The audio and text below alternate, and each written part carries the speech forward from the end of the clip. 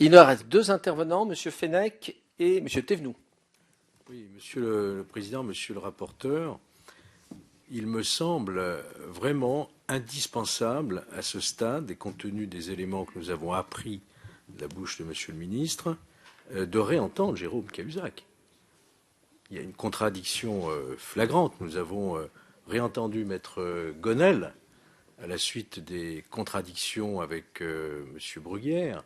Je ne vois pas comment, aujourd'hui, avec cet élément qui me paraît essentiel dans le déroulement de notre enquête, nous pourrions nous dispenser de réentendre M. Cahuzac, qui nous avait clairement répondu sur la question que vous avez bien voulu rappeler, M. le Président, qui n'était pas informé de la demande fiscale à la Suisse. Or, M. Moscovici, aujourd'hui, nous parle de cette journée du 16 janvier qui fissure largement ce muraille de Chine. Il n'y a plus de muraille, hein. Il y a un mur fissuré, puisque le 16 janvier, M. Cahuzac est là. Et d'ailleurs, ce sera ma première question que je poserai à M. Moscovici. Tellement ce point... Oui, j'ai plusieurs questions. Je sais bien que l'heure passe, mais... Non, mais pas pressé. C'est ma première question. Je voudrais vraiment, s'agissant d'un point qui me semble essentiel dans toute cette affaire, je crois qu'on touche vraiment au fond du problème, je voudrais savoir un peu plus de détails, Monsieur le ministre, si vous le voulez bien, sur cette réunion du 16 janvier. Qui était présent? Où ça s'est passé? Dans quel bureau précisément? Combien de temps a duré cette réunion? Qu'est-ce qui s'est dit précisément? Où étaient placés les uns et les autres? On voudrait un peu visualiser, non pas faire une reconstitution, mais ça me paraît vraiment essentiel. Ça vous ennuie les bonnes questions, franchement. Plutôt que les convictions de M. Ecker. Laissez M. Fenech s'exprimer. Ça vous ennuie beaucoup quand on touche... Monsieur Fenech, vous avez une question à poser au ministre. Et je voudrais faire une remarque aussi sur le climat de cette commission d'enquête. J'ai déjà moi-même participé à plusieurs commissions d'enquête. On retrouve ici un clivage malsain qui n'honore pas notre commission d'enquête. On a l'impression que vous êtes Monsieur Fenech, Monsieur Fenech. Regardez comme vous me montrez du doigt. Monsieur Fenech, ne vous adressez pas à vos collègues, adressez-vous au ministre. Attendez, je crois qu'il faut, Monsieur le Président, rétablir un peu de sérénité. Oui, j'essaie de m'y employer. Regardez de quelle façon... Non, mais mes chers collègues, Monsieur Fenech, ne vous adressez pas aux collègues, adressez-vous au ministre. Nous sommes là pour poser des questions au ministre. Il m'interpelle. Monsieur Fasquelle, il m'interrompt. Je ne cherche pas ce genre d'incident. C'est vous qui le provoquez. Bon, c'est vous qui le provoquez. Monsieur Fenech, posez la question. Voilà. Donc je crois qu'on est tous là pour la manifestation de la vérité et non pas pour protéger ou accuser avec légèreté. Alors ma question, elle est très précise. C'est ma première question. Je voudrais savoir vraiment ce 16 janvier, comment les choses sont passées, où, quand, comment, avec qui, qu'est-ce qui s'est dit, qu'est-ce qu'il en est sorti, puisque M. Cahuzac nous a manifestement, j'allais dire, occulté cette présence et qui est vraiment le nœud de la question. C'est ma première question, monsieur. Alors, avant de donner la parole au ministre, monsieur le rapporteur, on va vous lire pour recadrer ce qu'a dit précisément M. Cahuzac à la réponse à notre collègue, à la question de notre collègue Fenech. Et c'est ce qui justifierait, selon vous, de réentendre Jérôme Cahuzac. C'est moi qui interpelle Jérôme Cahuzac. Et je lui dis, monsieur Bruno Bézard a indiqué lors de son audition du 28 mai que vous aviez tenté d'entrer dans le débat sur la demande d'assistance administrative et de voir, par exemple, comment cette demande était rédigée. Il vous avait répondu que cela était impossible. Et vous n'aviez pas insisté. Et je lui pose la question, est-ce exact? La réponse de Jérôme Cahuzac, oui, cet échange n'a duré que quelques secondes. J'ai su, car je crois que le texte de la Convention le prévoit, par mes avocats suisses, qu'une demande était en cours soit faite. J'en ai dit quelques mots à Bruno Bézard, qui m'a répondu qu'il n'était pas envisageable que je puisse m'en mêler. Je lui ai donné raison et il n'en ai plus jamais reparlé. Voilà les propos. Mais sur ma question, Jérôme Cahuzac a très clairement dit que M. Moscovici ne lui avait jamais informé. J'ai lu tout à l'heure les propos, la réponse de M. Cahuzac à la question de collègue Fenech. Nous apprenons aujourd'hui que la réunion a eu lieu. A rassemblé également Jérôme Cahuzac. Donc il y a un point de contradiction qui est évident. Absolument. Monsieur le ministre. D'abord, une petite réflexion sur le climat, peut-être pour rasséréner M. Fenech.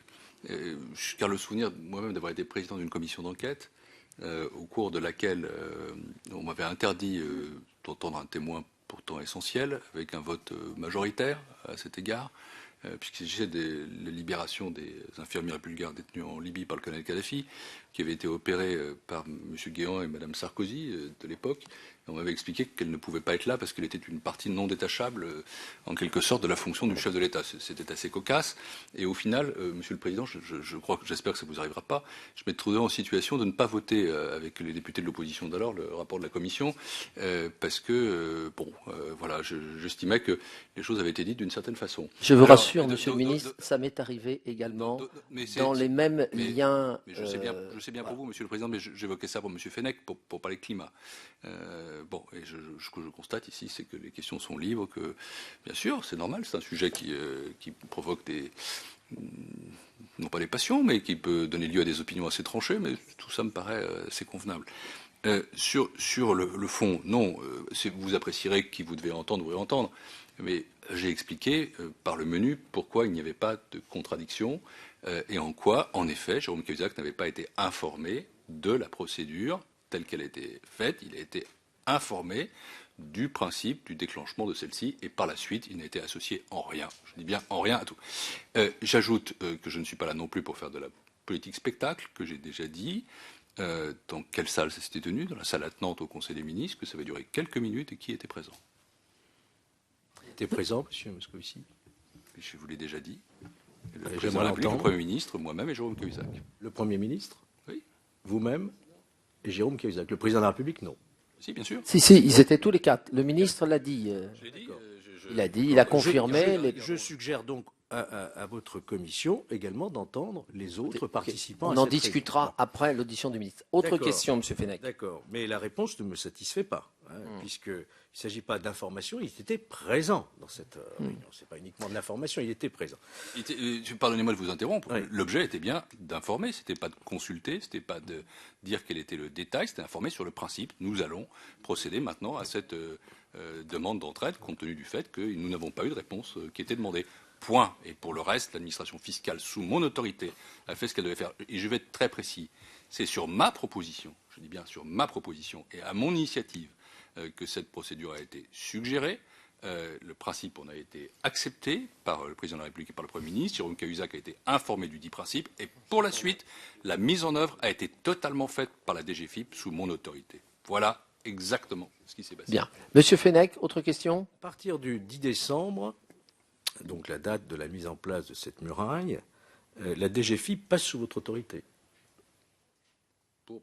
Pour le traitement de ce cas, oui. Mais uniquement pour le traitement de ce cas. Bien sûr. Alors, ça méritait d'être précisé parce que finalement, on constate que M. Cahuzac décide lui-même de s'auto-déporter. Vous l'acceptez par tacite consentement. Je dirais, vous ne signez rien, c'est ce que vous avez dit. Ça paraît quand même étonnant qu'un ministre décide par lui-même de se défausser d'une partie de ses compétences. Bon, je trouve ça un petit peu curieux. En réalité, puisque M. Eckert a fait... Quelles sont les questions, M. Fenech? Mais attendez, monsieur. Écoutez, moi j'ai attendu toute l'après-midi, Monsieur le Président.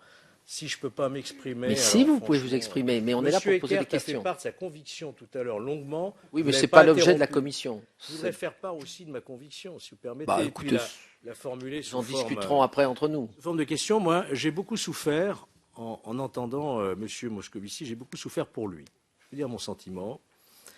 Parce que je crois que sa situation et la situation dans laquelle il était, je veux le croire de grande bonne foi, était absolument intenable. Intenable. Il gérait finalement l'inaction d'une décision qui relevait non pas de lui-même, mais du Premier ministre et du Président de la République.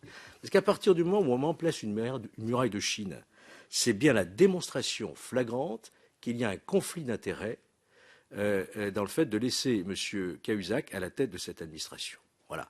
Et vous devez gérer une situation ingérable alors qu'il aurait été beaucoup plus responsable politiquement. Et au fond, le dysfonctionnement, il est bien là, il est tellement flagrant. Je me demande s'il y avait besoin d'une commission d'enquête pour le démontrer. Il aurait fallu, dès que le doute était sérieux et non plus méthodique, et il l'est suffisamment tôt, que M. Cahuzac soit mis en retrait de ses fonctions.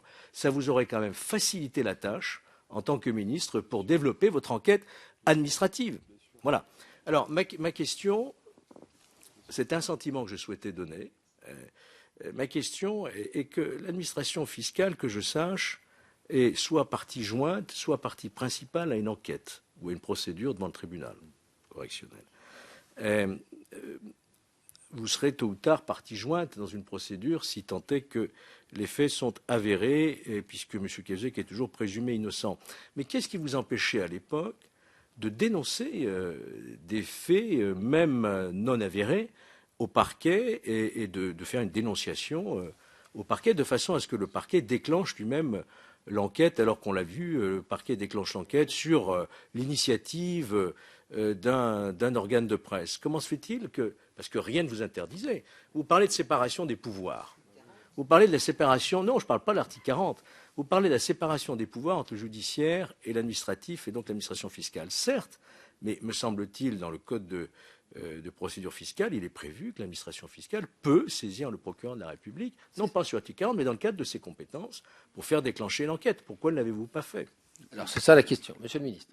D'abord, sur le premier point, je vous remercie. C'est vrai que ce ne fut pas une période extrêmement facile pour moi, je vous le confirme, mais je l'ai assumé avec le sens des responsabilités qui est le mien, et avec, encore une fois, toujours cette attitude qui était l'attitude d'un homme qui travaille avec un collègue, qui continue à être en fonction, qui est non seulement présumé innocent, mais jusqu'au 8 janvier, même pas concerné par une enquête préliminaire. Et en même temps, je poursuis ma tâche pour l'établissement de la vérité. Et je pense que bon, les choses ont été faites, encore une fois, de façon exemplaire. Donc merci de cet hommage, d'une certaine façon. Pour le reste, je ne veux pas me livrer à l'Uchronie. Je répète que l'administration fiscale a fait ce qui était en son pouvoir et en son devoir. Et par ailleurs, vous n'êtes pas sans savoir qu'une enquête préliminaire a été ouverte le 8 janvier.